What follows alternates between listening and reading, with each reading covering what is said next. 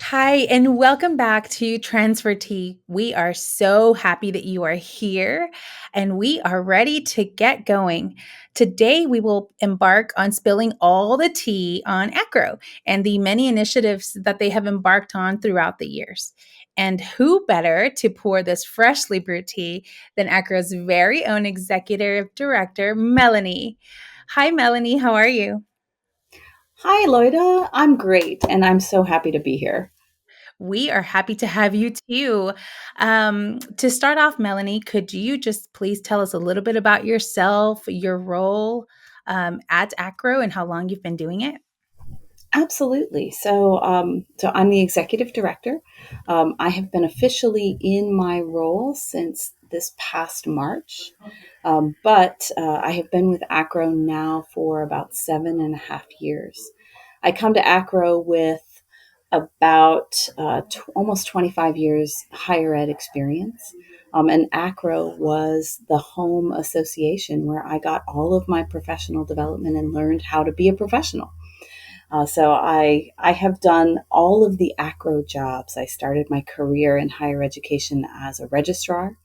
I moved into international credential evaluation, and then eventually international admissions, um, and then admission operations, and then vice president for enrollment management. So I always like to say I have done every job in the ACRO family, and I bring all of that experience and perspective with me in my role as executive director. Melanie, that is so much. You have accomplished so much in higher ed and definitely a wealth of knowledge. I think I met you in 2018. I was a fellow for IESC. That And is I correct. remember you popping in as we were doing some research and collaborations. Foreign credentials is an exciting world. It is. I have to admit that sometimes I miss that because doing international transfer credit and credential evaluation, it's like approaching a puzzle every day. And I love that. Like every file is like a new sort of puzzle to untangle and figure out what was the path of this learner and how do you best put all of their experiences together into a package that's going to progress them on a path to a degree at your institution. And every single day, every single file was completely different, and it's so much fun. So I sometimes will admit that I miss that. Yes, me too. Agreed. I feel the same way, and I feel that also that is one of the reasons what drew me to transfer. Actually, that Awesome. every student's journey is very different. That there is no cookie cutter way of servicing a transfer student. You have to really figure out their needs and then go from there. Absolutely, I completely agree. And that's an interesting path. I did not realize that that was your pathway, that you went into transfer from the international perspective. That's an unusual path, but I actually think that creativity and flexibility that you have to bring into the international credit evaluation sphere will likely serve you well in the more kind of traditional transfer pathway. So that's super interesting. I had no idea. Yes. So right after international ed and foreign credentialing, that's when I stepped into transfer. And I think that's really one of the first things that I mentioned was that, transfer needed a different type of out of the ordinary, out of the box mentality. And you learn that through foreign credentials. And so maybe that's been the driver for a lot of these initiatives and all of this change of mentality, which is what we need more of. Absolutely. Yeah. I think we are in a place where there's a lot of momentum around transfer.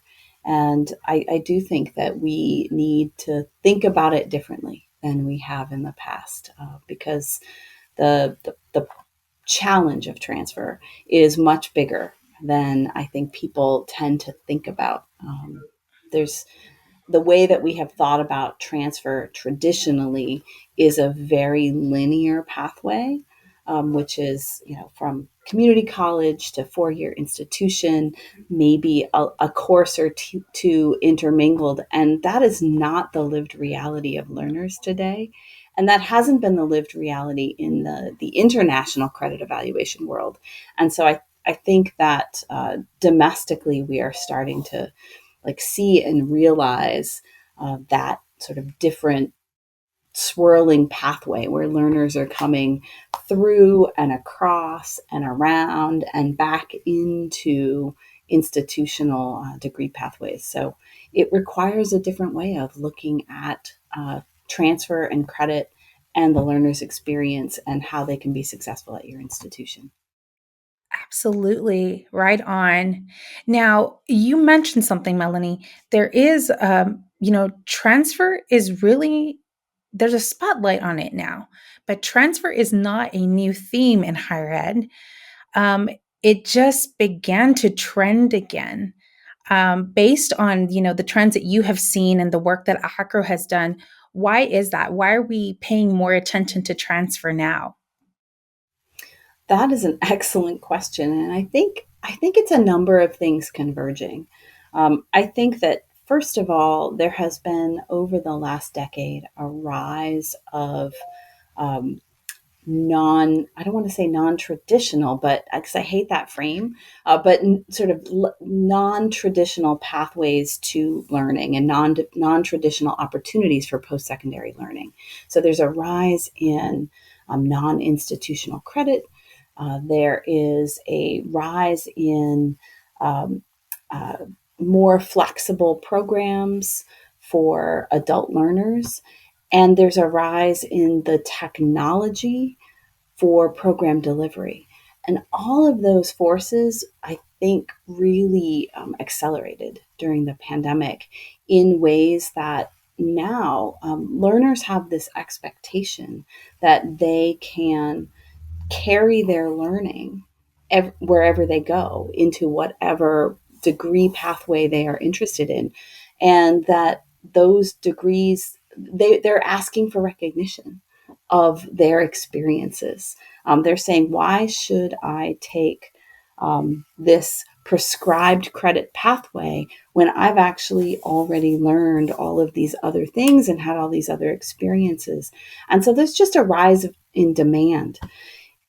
Also, I think from a policy perspective, there's a recognition that there are um, there are lots of opportunities to be more efficient and provide more equitable opportunities for people to earn credentials.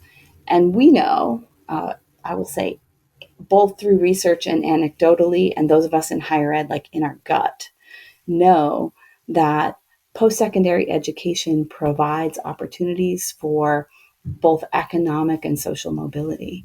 And we want all learners to have that opportunity. And so it's these forces of attention from policymakers, attention from funders and foundations who want to have impact on the system at large, and demand from learners and employers that I think really like converges to create like a groundswell of attention on transfer. The one thing that I think is still evolving is that definition of transfer. I think at the institution level, again, we kind of get stuck. You call it transfer, and you get stuck on the transfer student from the community college. And it's so much bigger than that. So that's the work that we're trying to do is help people recognize that transfer is more than just that linear pathway, that it encompasses all kinds of learning and thinking about learning and thinking about um, giving credit for uh, student experiences. And all of that is part of transfer. And we have to start thinking about it in a more comprehensive way as opposed to in these linear pathways. Melanie, I also agree that transfer does limit. It's a very limiting word. at recruitment season last fall, came across a colleague from out of state, and they don't use freshmen or transfer in their admissions, their categories. They use direct and indirect. And I Ooh, I thought that like that it. was more inclusive. I really, it's going to be a big shift to change that, to change people's mentalities, but it was direct and indirect entry. And so that felt definitely more inclusive.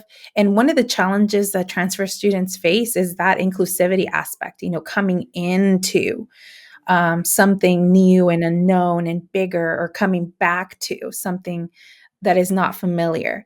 And so those terms I found were very interesting, and something that would definitely embrace that type of student more than saying non-traditional or traditional, or freshman and transfer, which is what we're accustomed to in higher ed. I love that. I actually haven't heard that terminology, but I love that. It's very inclusive. I think I think we need a paradigm shift, and part of that starts with the way that we talk about things, to think about sort of other ways to talk about it. While we still talk about transfer at AACRAO, we are actually more and more taking sort of one step back, and instead of talking about transfer, we first started talking about credit mobility, which some funders and some researchers have latched onto that terminology. But then actually, we've decided that even credit mobility is a little too limiting. And we have been starting to frame our initiatives that are attached to transfer around learning mobility. Oh, And so that's where we're starting to head as we think about transfer, is how do we ensure that learning for all learners is considered and mobile, um, into degree pathways, into the workforce, or across into however that learner might like to carry that learning. How do we help the learner articulate it? How do we record it? How do we consider it for adoption into our more traditional pathways? So I love that direct and indirect entry. I might have to steal that. yeah, it blew my mind Yeah, completely. it's awesome. That's really great. And so I may have to ask you later who that colleague is, because I might need to reach out to them. Absolutely. She sat next to me the other day as well. And, I didn't ask more in depth as to why. I think it was just it's a natural terminology that they use. And so, she just used it as she would with any student that would come to the table. But everybody else around her, which was about other 40 of us, we were still using the transfer non-traditional terminology. So I found that very interesting. Ah, that is Probably could awesome. I become love that. some research. That could be, yeah, because Yeah. again, language and the way that you talk about it absolutely has all this baggage, right? Mhm. We carry with it all of our institutional history and all of our policy and practice history and all of these assumptions. And Right. so when you talk about the transfer student, that is actually a pretty broad category. It could be an international student. It could be an adult learner. It could be someone who started down a traditional path and stopped out and has decided to come back. It could be someone, honestly, a lot of the people we call freshmen technically are transfer now, Right. because with the rise of dual enrollment and learners who go and take other kinds of non-institutional learning that they try to carry back in with them, or credit by exam, AP, advanced standing credit, all of those items are often tied to freshmen, but those are transfer as well. Like that, under your policy and practice, that's transfer work. And so the transfer student is not monolithic. And so I love that direct and non direct entry. That's wonderful. Another thing with transfer, the word transfer, Melanie, and I'm interested in your thoughts on this, is that a lot of a lot of, people in higher ed feel that transfer students already have an experience, so they don't need to be walked through any process. And in conversation with other colleagues or with other professionals, um, I kind of like to catch them off guard and ask, hey, how do what do you do for transfer students? Oh no, we don't have to do anything because they're transfer students. They already have an experience, so they know what to do. And that is the biggest misconception. I personally feel the opposite. I feel that transfer students need more attention because they have acclimated to a certain system or institution, and now they're moving to something very unknown. So I'm interested in knowing your thoughts about that. I 100% agree. I think, every institution is different. And while we talk about higher education in the US as a system, we're not really a system. Every institution is different, every state is different. There are differences between public and private. And even within sort of a state system, there are going to be differences in the way that the bureaucratic processes of an institution are set up. And so a transfer student is coming to you, even a transfer student who came into a 4-year institution and went through a more sort of traditional freshman path. When they come to a new institution, they're bringing with them a whole set of assumptions from that other institution. And your institution might be completely different in the way that you set up. The way it plays out, and I'll bring in that AACRAO has set up these competency and proficiency frameworks.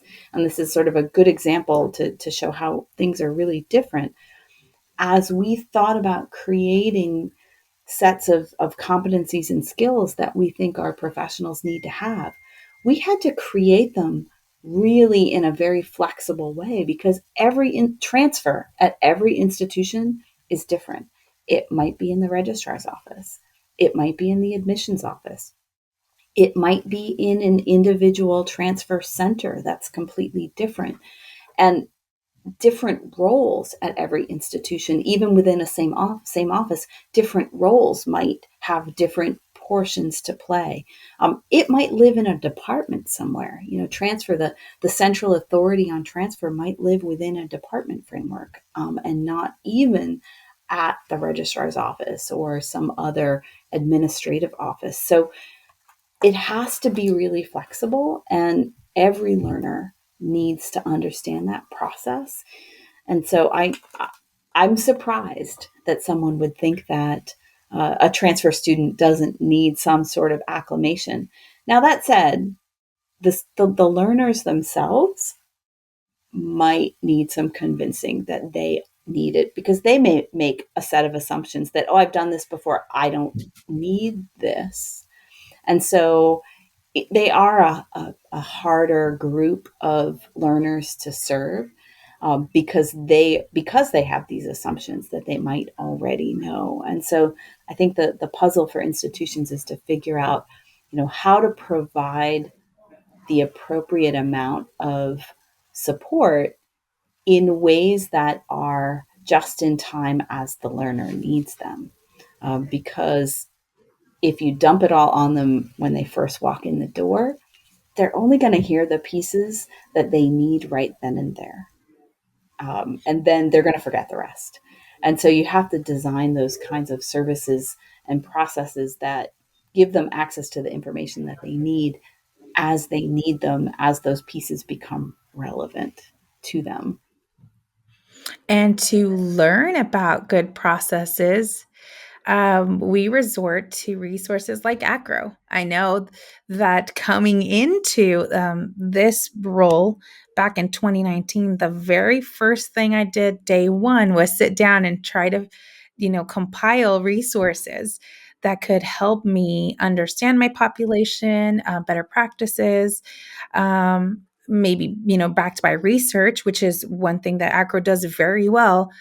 So could you mention some of those for maybe new transfer professionals or people that don't know what transfer resources are available? Could you mention some of those resources that AACRAO has and initiatives that they have been working on? Absolutely. So the first thing I would do if someone is new to ACRO resources in the transfer area, I would direct them a couple of places. Um, I would first direct them. I mentioned the competencies and proficiencies framework, and that would be the first place I would tell them to go because it would give them a sense of what are the expectations around the role and what are some of the skills that I might need to have in order to succeed. And so on our website, under the resources section, we have something called core competencies and professional proficiencies. And those core competencies and professional proficiencies are laid out, and it sounds a little confusing, but I'll say the core competencies, and they're things like change management, collaborative decision making, diversity and inclusion. There are lots more. Those are the things that any ACRO professional, regardless of what their role is, should have some set of skills that they either have or are seeking to gain. And that applies to everything. And then underneath that, we have something called the professional proficiencies. And those professional proficiencies are like the more bucket areas that are very specific to roles. They might be about admissions, and they might be about enrollment management. They might be about international, and we have transfer as one of them, transfer and articulation. And so transfer and articulation is separate because we know that you could be in the admissions area, you could be in your own transfer center, or you could be in an international admissions area, or you could be in the records office. And all of those things roll up. So that would be the first place I would say dig in to that role, figure out where you're coming from, and look at the competencies and proficiencies that might apply. So that would be the first thing. The other thing I would share, the next thing I would share would be our research area. Our director of research, Dr. Wendy Kilgore, she's amazing.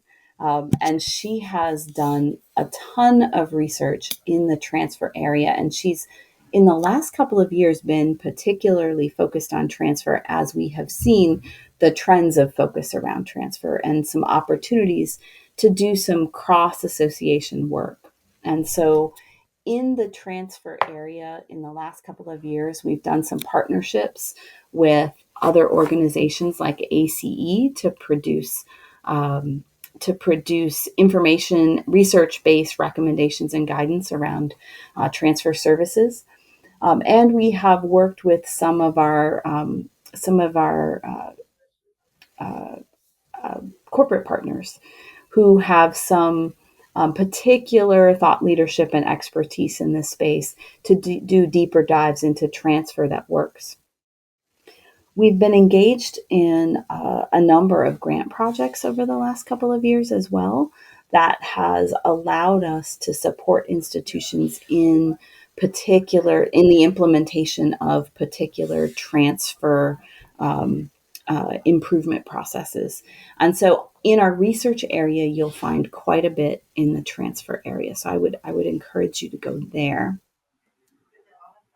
I have more. So, but I could keep going on. Maybe the next thing I'll mention though is we do have a virtual meeting every July, and that is the Technology and Transfer virtual conference. That conference is a space over a couple of days where we explore everything about transfer, from the technology of transfer, the policy and practice of transfer, the best research on transfer. And we bring in a lot of thought leadership and a lot of members who can share their best practices. And so those would be the first places I would go. There's a lot more, but that would be where I would start. I think our listeners can agree that there's a wealth of knowledge at AACRAO, from practice to research, a merge of both. You have professionals on field, retired professionals, professionals that have done it at higher ed and then are going into policy. There is a ton of wealth. And we're so thankful for ACRA. I mean, to compile all of this and provide it to its members. I mean, there's nothing like it, nothing else like it. Um, Melanie, how can a person get involved? A transfer professional or somebody interested in evolving into a transfer professional. What are opportunities that we can get involved with ACRO? Absolutely. So a couple of things I will recommend. First, I did just mention the Transfer Summit, and the call for proposals is out right now. And so, if you are someone who has something to say, you want to share a really great practice that you have at your institution or a new process that you have implemented that you think other folks might benefit from, I would 100% go online and click submit a conference proposal for that. Um, I am someone who, as when I was first in my higher ed career, I was actually quite shy and was not really great at presenting and very fearful of it. And I would say that if you are a new presenter, absolutely the ACRO community is so welcoming and so supportive. And you probably have more to say than you think you do. And so you might reach out to a colleague that you know if you want to do it by yourself. If you are nervous to do something by yourself, just reach out to your colleague across your office or at another institution that you work with and do it together. Because I think you'll be surprised you know more than you think and you have more to share than you might think. So that would be one way to get involved. Another way to get involved is if you go to the ACRO website, there is an actual tab at the top of the website that says Get Involved. Because really, we're an association. An association is a group of members that have something in common, and that's sort of higher education, academic, and enrollment services. And everything that we do is only as strong as the participation of the people who are involved. At the association level, at the national office, we're not making all of this up all by ourselves. We're actually depending on our members to bring us their challenges, to bring us their solutions, to bring us their thoughts, because that's how we move the needle and make good guidance and policy and practice. So Get Involved is just another place. And if you go to that Get Involved tab, it gives you lots of options. You can join a committee. You can join a caucus. And I'll explain what a caucus is. It's a little unusual at ACRO from other associations. And so caucuses are personal identity-based affinity groups. And so we have caucuses for all sorts of personal identities. We have a women's caucus, we have a Latinx caucus, we have a Black caucus, we have a Native American caucus, we have an Asian Pacific Islander caucus. So that's a great place to go and get involved and meet people, which is always the first step in feeling comfortable to get involved, right? Is to meet people. We're trying to create a community. And I would say anyone who is involved at ACRO, one of the reasons they stay involved is the community that they feel with their members. I was an active ACRO member before I ever came to work at the national office. And that ACRO community was really, really important to me as an evolving professional. And it's my favorite part of the association. And then another place where you can get involved is something that we call the ACRO Collective Gathering. This is a once a month virtual gathering where people come together and they go off into like side rooms to just talk about hot topics and issues. And so you can find somebody who's interested in talking with you about whatever it is that you're interested in, and you can go off into a side room and have those conversations. If you're not sort of a joiner per se, if that's not really your jam, we're always looking for people to write. So we have a couple of newsletters. The most, I would say, the easiest entry is AACRAO Connect. AACRAO Connect comes out every 2 weeks, and it's, I would say, our general interest newsletter. It's an e-newsletter, and we are always looking for members to contribute to that. And it's an easy ask. It's maybe 500 to 800 words max. And it can be about anything. People will submit things about some kind of personal passion that they use as a personal development or leadership kind of thing. People will do, we have this section called Notes from the Field, and people will just talk about something that they haven't thought about. Like for example, if, the direct entry, indirect entry, if somebody wanted to just say, hey, I'm tired of calling it freshman and transfer. I think we ought to do this. You could talk about that. Really anything that is even loosely related to being a professional in higher education, being a whole person in that space, or something really narrow down to a particular thing you want to talk about with transfer, you can write something. And we have editors who can kind of help you edit it and all of that. We have book clubs.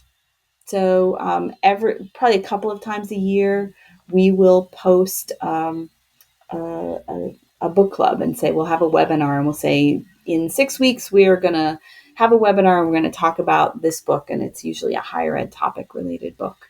And so you could jump in and listen in on that and either participate or just listen and lurk until you're comfortable. So there are so many ways to get involved, and we're always looking for new ways to help people feel comfortable and take that first step in involvement. The opportunities are limitless at AACRAO, especially as you evolve or you change populations or roles within your career. It is so amazing. Yeah, there is a lot. And also, our annual conference is next month. Yes, So it is. if you just want to pop in and hang out and kind of see what is out there and explore, I know the first time I went to AACRAO, that's what I did. I kind of just met people, saw what caucuses were, learned what caucuses were, what the different committees were, and then decided where I wanted to participate and just insert yourself in there. And you're right, all the members are very welcoming and wealth of knowledge. Yeah, a helpful hint if you're going to an annual meeting and you decide to come, but maybe you don't know anyone. I often find that the easiest way to get to know people is to go to roundtables and hot topic sessions, because they're less structured, right? You walk into a room and we're going to have a very loose conversation about whatever is on people's minds in that particular topic area. And it allows you to sort of jump into a conversation where you feel comfortable, or to listen in on what people are thinking and feeling. And then you can follow up with them after. And it's a very informal kind of session that makes it really easy to get to know people who might be interested in the same things that you're interested in. Awesome. And you will be at the annual conference. So I cannot wait to see you and give I you a cannot wait great to big see hug. you. Oh yes, it will be wonderful. I'm so thankful that we are back to meeting in person. Um, but something that you may or may not know also is that we have committed, at least in the next few years, to continue to do our annual meeting in a hybrid format. And so, while nothing compares to being there, I will say, um, if you can't be there, there is an opportunity to register for the virtual track at the meeting, and it'll have all of the big highlights, the plenary conversations, and then a couple of tracks of other sessions. And so, if someone either doesn't have the budget or can't quite make it, that's a good way to dip your toe in as well. Although again, nothing compares to being there because you want to give all your colleagues a big hug.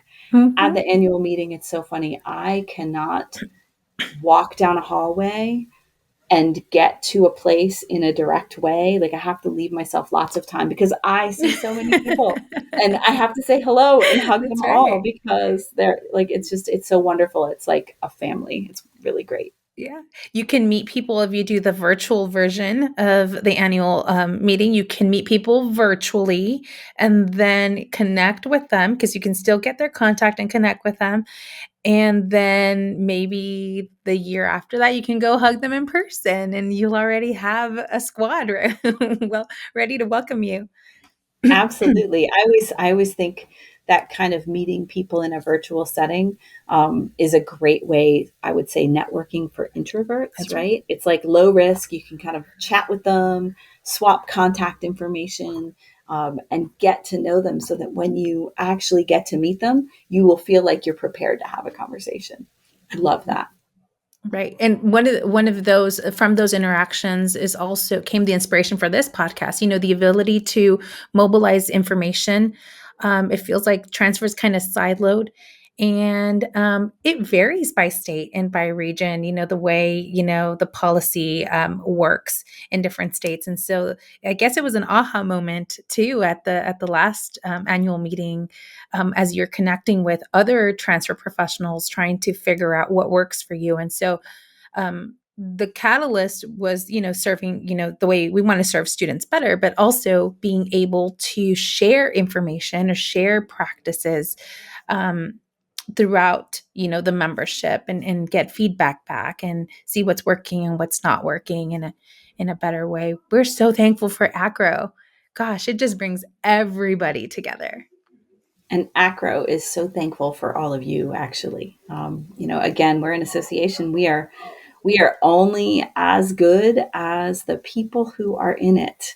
And so we really appreciate our members. It is my favorite part of the work. I will say that when I made the jump from institution to association, I was a little nervous because I thought that I might miss my interactions with students. Like that was really something that I had to think long and hard about and say, do I really want to do that? Because what I love about my work is about the students. What has happened is that I have transferred all of that energy around students to actually my members. And so and we've been thinking about our members to sort of think about it in the transfer conversation. Our Yeah. members are all adult learners. Mm-hmm. You know, Yep. You're we're right. offering non-institutional professional development and learning around policy and practice and technology and leadership and skills and competencies. All of that, we're offering all of that to a set of more than 11,000 adult learners. And what's driving us is trying to get better at that the way institutions are. So uh, we're kind of in the same boat. I think AACRAO is sort of serving a sub transfer population of Yep. adult learners. That's right. You're absolutely right. For those of you that are not members, you're missing out. And for those of you that are already members, we just look forward to learning from you and sharing more information, connecting with you. Melanie mentioned there's a ton of opportunities that I was even unaware of available so that we can continue to share information, and ultimately serve students and provide equitable educational opportunities because that's what we want for them. Thank you so much, Melanie, for your time and for speaking with us today about AACRAO. If you have not already subscribed to this podcast, be sure to do so. We will continue to talk about transfer and spill more tea on resources. Thank you so much for listening. That is all for today, and that is the tea.